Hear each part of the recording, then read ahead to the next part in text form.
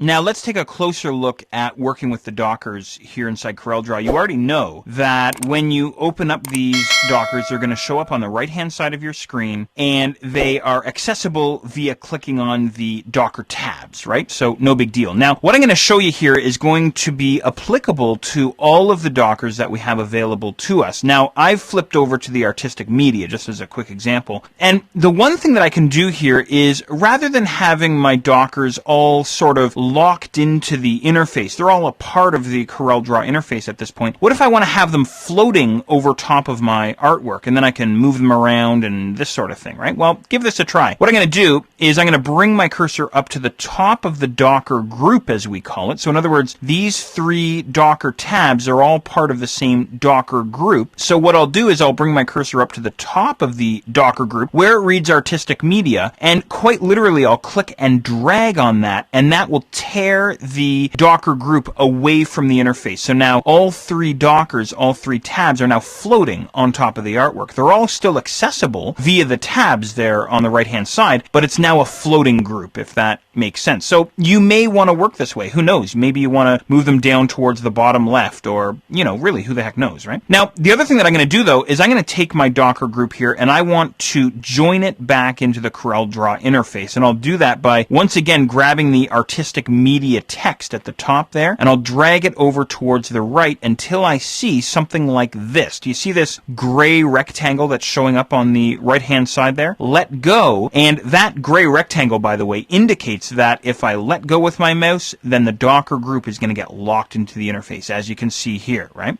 Okay, fantastic. Now, you can tear away Docker groups if you want, no problems. What if you wanted to tear away individual Dockers? Well, we can do that as well. So in other words, I want to keep object properties and the view manager locked into the interface over on the right-hand side, but it's artistic media. I want that guy floating on his own over top of my artwork, right? How do you do that? Well, I'm going to grab the artistic media tab, the vertical text here on the right-hand side, click and drag on that guy and tear him away. And now I have, it's almost like I have 2 sets of Docker groups. There's the artistic media, and of course back over on the right, there's the view manager and the object properties, right? Now, let me show you a couple of other neat things that you can do here. Of course, just like you saw with the Docker group, I can take my artistic media, I can drag them around inside the interface. You can even resize them, by the way, just by bringing your cursor over top of one of the outside edges there and just clicking and dragging. So you can certainly expand and contract these guys and really set them up however you want, right?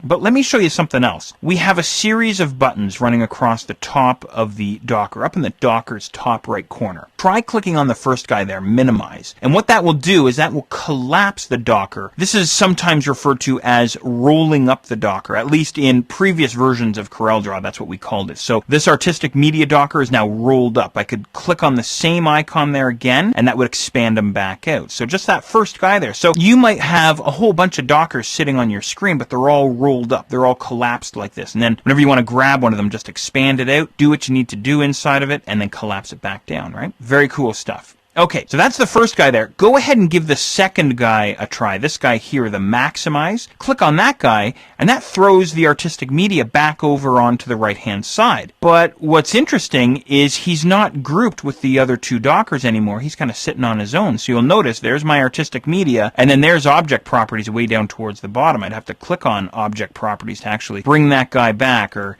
double-click on him to pull him back out of the interface, something like this, right? So anyway, that's the second guy, and don't forget, everything that I'm showing you here applies to all of your Dockers, right? And then, of course, my artistic media, what I'll do is I'll tear this guy away to bring us back to where we were. Of course, last but not least, what I can do is I can close out of the Docker just by clicking on the red close icon. So anyway, there you go. There's lots of neat things that you can do with your Dockers. So you know what you might want to do at this point is head up to your window menu, head down to that Docker submenu, and explore through some of the different Dockers that we have here inside CorelDRAW. And again, if you're brand new to CorelDRAW, some of it might not make a whole lot of sense, but at least you'll kind of get an idea of the different Dockers that you have available.